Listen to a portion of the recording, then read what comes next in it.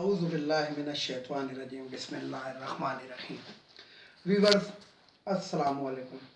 Viewers میرا نام سید احمد سمیع ہے اور آپ دیکھ رہے ہیں سید احمد سمیع یوٹیوب چینل. ویورز کافی باتیں کافی دن سے کوئی اس قسم کی تھیں کہ جو آپ لوگوں کو میں نے آپ کے ساتھ شیئر کرنی تھی، لیکن میں نے ذرا اس میں ڈیلے اس لیے کیا کہ میں ذرا گلگت اور بلتستان کے الیکشن کی طرف دیکھ رہا تھا، اور اس کے اندر ہم نے کچھ اپنے نمائندے بھیجے ہوئے تھے کہ جو لمحہ بلحمہ کی رپورٹ ہمیں بھیج رہے تھے کہ وہاں پہ جلسے جلوس کس کے ہو رہے ہیں، بڑے کتنے ہو رہے ہیں، کتنی تعداد میں شرکت کر رہے ہیں، اور جو جلسے میں شریک ہو رہے ہیں ان لوگوں کے کیا ویوز ہیں. تو سب سے پہلے تو میں آپ کو بات بتاؤں کہ گلگت بلتستان کے اندر تینوں جماعتوں نے بہت بڑے بڑے جلسے کیے، اور بلاول بھٹو زرداری نے بہت زیادہ محنت اس لیے کی کہ ایک مردہ گھوڑا ہے. پیپلز پارٹی اب ایک مردہ گھوڑا بن چکا ہے، لیکن اس میں بلاول بھٹو نے اپنی کمپلین کے دوران میں ایک مردہ گھوڑے کے اندر دوبارہ جان ڈال دی. اور یہ جو 3 سیٹیں انہوں نے گلگت بلتستان میں حاصل کی ہے، یہ اگر وہ سمجھتے ہیں، کیونکہ زرداری صاحب کی تو بھرپور کوشش تھی کہ پورے پاکستان سے پیپلز پارٹی ختم ہو جائے، لیکن بہرحال بلاول بھٹو زرداری 3 سیٹیں لینے میں پاکستان پیپلز پارٹی کے لیے کامیاب ہوئے، اور یہ 3 سیٹیں بہت اہمیت کی حامل ہیں. دوسری طرف آتے ہیں مریم نواز کے بیانیے کی جانب اور نون لیگ کی سیٹوں کی جانب. تو نون لیگ نے وہاں پہ جو 2 سیٹیں حاصل کی ہیں، گو کہ انہوں نے مقابلہ بڑا سخت کیا، لیکن میں آپ کو بتاؤں ویورز کے جس طریقے سے پیپلز پارٹی کا خاتمہ پنجاب سے ہو گیا، اسی طریقے سے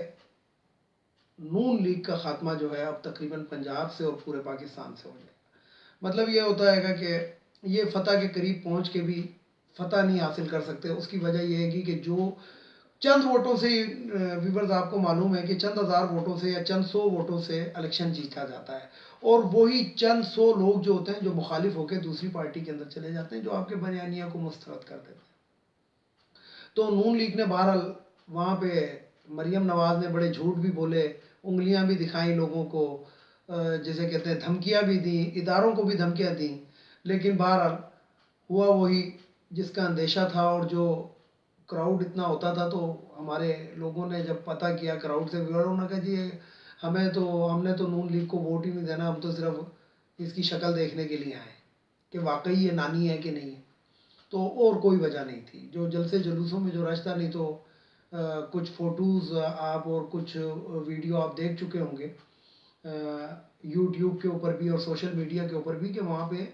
پاکستان مسلم لیگ نون کے جھنڈے ان کے لوگوں نے خود جلائے. جلوس یعنی کہ جلسے کے بعد انہوں نے جھنڈے جلانا شروع کر دیے کہ یہ انہوں نے غلط بات کی ہے، اس لیے ہم ان سے متنفر ہیں. جہاں تک تعلق ہے گا پی ٹی آئی جماعت کا کہ جنہوں نے وہاں پہ کلین سویپ کیا، کلین سویپ سے مراد یہ ہے کہ تقریباً 45% سیٹیں وہاں پہ حاصل کی. تو اس کے اندر تھوڑا سا جو عمل دخل ہے وہ یہ ہے گا، جو سیاسی بات میں آپ کو کر رہا ہوں، کہ گلگت بلتستان اور آزاد کشمیر یہ ایسے علاقے ہیں کہ جن کی یہ کوشش ہوتی ہے کہ جو پاکستان کے اندر اسلام آباد میں جس کی حکومت ہے، اسی کی حکومت میں شامل ہوا جائے، انہی کو ووٹ ڈالے جائیں. اس کی وجوہات کیا ہوتی ہیں کہ یہ جو ہے ہمارے وفاق کے زیر تمام علاقے ہیں، تو اس لیے ان کی کوشش ہوتی ہے کہ جو سینٹر ہے اس سے تعلقات اچھے رکھے جائیں. اور ایون کہ ویورز میں آپ کو ایک بات بتاؤں کہ آزاد کشمیر کے ایک وزیر اعظم گزرے ہیں، بیرسٹر تھے غالباً وہ، تو ان کی جو گاڑی ہوتی تھی اس میں انہوں نے 2 جھنڈے رکھے ہوئے ہوتے تھے. ایک پیپلز پارٹی کا بھی رکھا ہوتا تھا اور مسلم لیگ کا بھی رکھا ہوتا تھا، کہ جون سی پارٹی وہاں پہ ہے، اگر کسی سے وہ پیپلز پارٹی سے ملنے جاتے تھے تو اپنی گاڑی کے آگے پیپلز پارٹی کا جھنڈا لگا لیتے تھے، اور اگر نون لیگ کے قائدین سے ملنے جاتے تھے تو وہ مسلم لیگ کا لگا لیتے تھے. تو بہرحال عمران خان کو اور ان کی ٹیم کو بہت بہت مبارک ہو کہ انہوں نے گلگت بلتستان کے اندر ایک اچھا الیکشن لڑا، ایک اچھی کمپلین کی، مقابلہ کیا، اور اس کے بعد وہ تقریباً 42 سے 45% سیٹیں لینے میں بھی کامیاب ہو گئے. تو یہ ظاہری بات ہے کہ جو پارٹی جیتتی ہے. اچھا، پاکستان کے اندر ایک ماحول ایسا ہے، اب تو خیر امریکہ تک میں وہ ماحول پہنچ گیا کہ ہارنے کے بعد لوگ کہتے ہیں یہ دھاندلی ہوئی ہے. او بھائی یہ کون سی دھاندلی ہے؟ پہلے تو یہ بتائیں نا. آپ تو اپنے جلسوں میں کہہ رہی تھی کہ جناب اگر ہم ہار گئے تو ہم اس الیکشن کو تسلیم نہیں کریں گے. اس کا مطلب ہے کہ آپ کو پہلے پتا تھا کہ ہم تو ہار جائیں گے. اور کیوں ہار جائیں گے کہ آپ اتنے سال آپ کا باپ اور آپ کا خاندان سیاست پہ رہا ہے, تو آپ کو بھی معلوم ہے کہ اگلے انہی کو ووٹ دیتے ہیں جن کی سینٹر میں حکومت ہوتی ہے, جن کی اسلام آباد میں حکومت ہوتی ہے, جو پاکستان پہ حکومت کر رہے ہوتے ہیں. یہ جو بائی الیکشن ہوتے ہیں ویورز, اس کے اندر آپ نے دیکھا ہوگا کہ اکثر ایسے ایسے لوگ ہار جاتے ہیں کہ جن کی وہ کنفرم سیٹ ہوتی ہے, لیکن وہ وہاں سے ہارتے کس لیے ہیں کہ اگر وہ سینٹر میں پیپلز پارٹی کی حکومت ہے اور نون لیگ کا مطلب وہ پیپلز پارٹی والوں کی آبائی سیٹ ہے, لیکن اس کے باوجود وہاں سے کوئی نون لیگ کا یا کسی اور پارٹی کا بندہ اس لیے منتخب ہو جاتا ہے کہ سینٹر میں ان کی حکومت ہوتی ہے. تو بہرحال یہ رونے دھونے سے اب کچھ نہیں ہوتا. ایسے تو ٹرمپ بھی رو رہا ہے کہ جناب مجھے جیسے کہتے ہیں کہ بلکہ میں نے تو یہاں تک میں آپ کو ایک بات بتاؤں کہ ٹرمپ جو ہے وہ مولانا فضل الرحمان کو ہائر کرنے کے بھی چکر میں پڑے ہوئے ہیں کہ ایک دھرنا وہ واشنگٹن میں دلا دیا جائے ان سے, لیکن ایسی کوئی بات نہیں ہے. یہ ایک مذاق کی بات ہے, وہ مذاق تک ہی اس کو سمجھا جائے. تو اب تو امریکہ والے بھی روتے ہیں اور وہ پاکستان کو یعنی کہ فالو کرتے ہیں, یعنی کہ پاکستان اتنا ترقی کر گیا کہ اب امریکہ جیسا ملک ہمیں فالو کرتا ہے کہ مجھے کیوں نکالا. تو بھائی بعض جو ہوتے ہیں وہ بڑے بے آبرو ہو کے نکلتے ہیں اور بعض جو ہوتے ہیں عزت اور احترام سے نکلتے ہیں. تو اب آپ اس میں سلیکٹ کر لیں کہ آپ کو, ویسے تو 3 بار وزیر اعظم رہے ہیں اور تینوں بار بے عزت کر کے ہی نکالا گیا ہے, اور اب تو جیسے کہتے ہیں کہ تاحیات نااہل بھی قرار دے دیا. ویسے بھی یہاں پہ میں آپ کو ایک بات بتا دوں کہ جسٹس ڈوگر پیپلز پارٹی کی حکومت تھی, اور جسٹس ڈوگر جو تھے چیف جسٹس آف پاکستان تھے, وہ ان دونوں بھائیوں کو اس وقت بھی نااہل قرار دے چکے ہیں. اس کے بعد کیا ہوتا ہے کہ یوسف رضا گیلانی صاحب پیپلز پارٹی کے اندر یہ ایک بلیک شیپ ہے. یہ پیپلز پارٹی والے بھی نہیں جانتے, لیکن یہ پیپلز پارٹی میں ایک بلیک شیپ ہے. یہ انہی لوگوں کا بندہ ہے جو پیپلز پارٹی کے اندر ہے, اور یہاں پہ وزیر اعظم بھی پیپلز پارٹی کے اندر رہ کے جا چکا. یہ جو بلیک شیپ تھا یہ جا کے عدالت سے اسٹے آرڈر لیتا ہے ان دونوں بھائیوں کے لیے, اور وہ کیس اس کے بعد دب جاتا ہے. نہیں تو یہ جو شہباز شریف ہیں یہ ابھی بھی اسٹے آرڈر کے اوپر ہیں, نہیں تو یہ نااہل ہیں, اور یہ اس کیس کو پرسو ہی نہیں کیا جا رہا کیونکہ وہ وفاقی حکومت نے اسٹے آرڈر لیا تھا اور اس کے بعد وفاقی حکومت اس کو پرسو نہیں کر رہی. تو یہ میں آپ کو بات بتا دوں. اب آتے ہیں کہ جناب سیاست کی جانب ذرا. یہ تو میں نے آپ کو ایک جنرل بات کی. سیاست اس ٹائم پاکستان کے اندر یہ چل رہی ہے کہ ایک تو جیسا کہ آپ کو معلوم ہے کہ پیپلز پارٹی جو ہے وہ تقریباً پی ڈی ایم سے کلاٹی مار چکی ہے. کلاٹی کا لفظ میں اس لیے لے رہا ہوں کہ یہ کلا بازی کھا چکے ہیں, اور اس ٹائم یہ ان کی کوشش ہے کہ کسی طریقے سے عمران خان کے ساتھ یا پی ٹی آئی حکومت کے ساتھ ڈیل ہو جائے, اور وہ ان کی بی ٹیم بن کر کھیلنے کے لیے بھی تیار ہے. یعنی کہ بی ٹیم بننے کے لیے پیپلز پارٹی اب تیار ہو چکی ہے. کیوں تیار ہو چکی ہے؟ کیونکہ زرداری جو ہیں یہ ایک بہت جاندیدہ قسم کا شخص ہے. اس نے جو بھی کچھ کیا ہوا ہے, لیکن یہ پکڑائی صرف اسی لیے نہیں دیتا کہ یہ بڑے طریقے سے کرتا ہے, اور اس کے بعد یہ جیل بھی چلا جاتا ہے, اور جیل کے اندر بھی جا کے وکٹری کا نشان اس لیے بناتا ہے کہ یہ ثبوت صاف کر دیتے ہیں. تو یہ میں آپ کو بات بتاؤں کہ تقریباً پیپلز پارٹی جو ہے وہ گھٹنوں میں بیٹھ چکی ہے کہ بس اب بہت ہو گیا. آپ زرداری کو نااہل کر دیں, آپ ان کو بھی نااہل کر دیں, پیسے بھی واپس کرنے کے لیے تھوڑے بہت تیار ہو گئے, اور اس کے بعد یہ صرف اس لیے کر رہے ہیں کہ بلاول بھٹو جو ہے اس کی ایک بھٹو کا نام زندہ رہے, اور بلاول بھٹو جو ہے وہ سیاست میں زندہ رہے اور پیپلز پارٹی زندہ رہے. لیکن یہاں پہ میں آپ کو ایک اور بھی بات بتا دوں کہ بلاول بھٹو کے اوپر بھی کچھ ایسے ریفرنس دائر ہو گئے جو یہ اپنے جلسے جلوسوں میں بھی کہتے رہے, اور نیب کو جو انہوں نے جواب دیا ہے کہ میں اس وقت بہت چھوٹا سا تھا تو میں اس کا ڈائریکٹر تھا. تو آپ ڈائریکٹر کیسے تھے اب یہ پتہ کرنا ہے, اور آپ اتنے چھوٹے بھی نہیں تھے اس وقت, اور آپ کو معلوم ہے کہ آپ کیا کچھ کر چکے ہیں. اسی طریقے سے وہ جو نون لیگ کے اندر ایک لنڈے کا رستو ہے وہ سر عام اب جسے کہتے ہیں کہ ڈکلیئرڈ ہو چکا ہے کہ وہ کہتا ہے کہ جناب ہم انڈیا کے بیانیے کی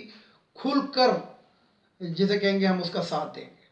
اسی طریقے سے وہ جو ایک خواجہ سرا تھا آصف جس کا نام ہے گا,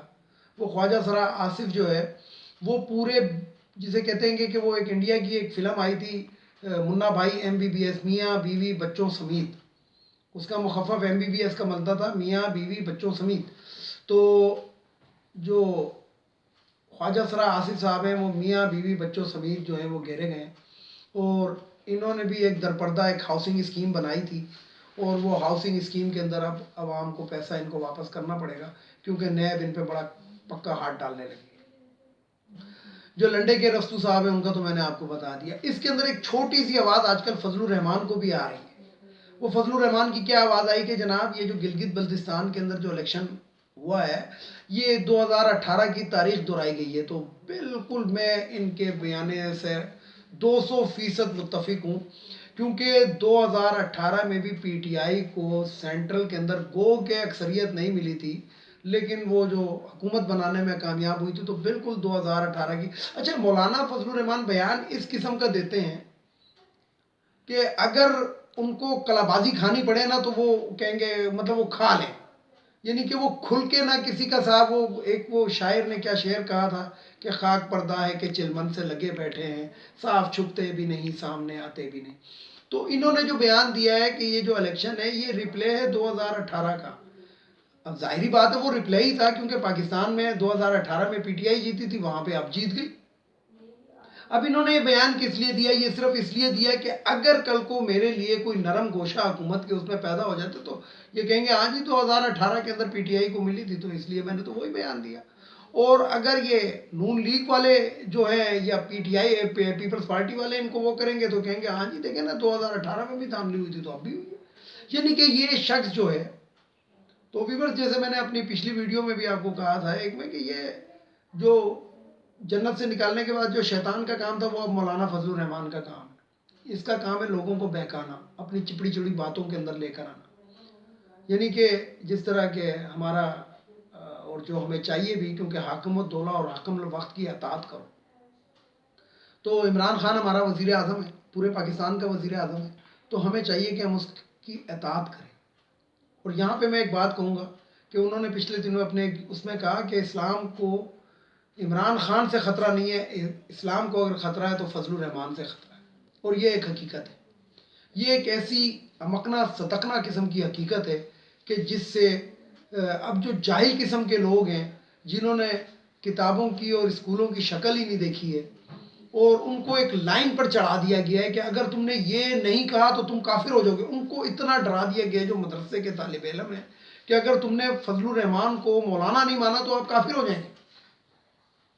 جس طرح ویورز آپ کو یاد ہوگا کہ کل تک ایک دھرنا دیا ہوا تھا اسلام آباد کے اندر، وہ جو لاہور کا ایک بے روپیہ ہے،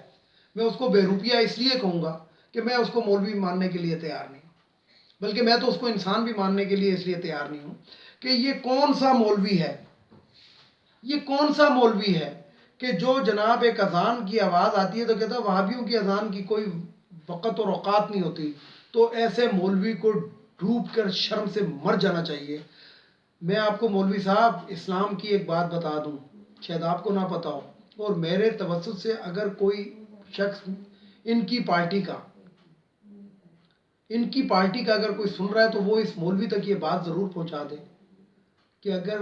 مندر کی گھنٹی بج رہی ہے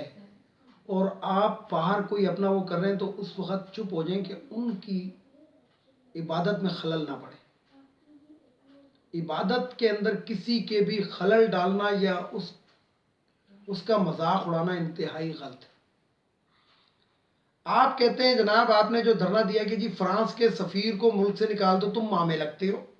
تم نے کبھی آئین پڑھا ہے؟ تم نے کبھی انٹرنیشنل ریلیشن کے اوپر بات کی ہے یا سوچا ہے گا کہ انٹرنیشنل قوانین کیا ہے؟ آپ کسی سفیر کو ایسے ملک سے نہیں نکال سکتے۔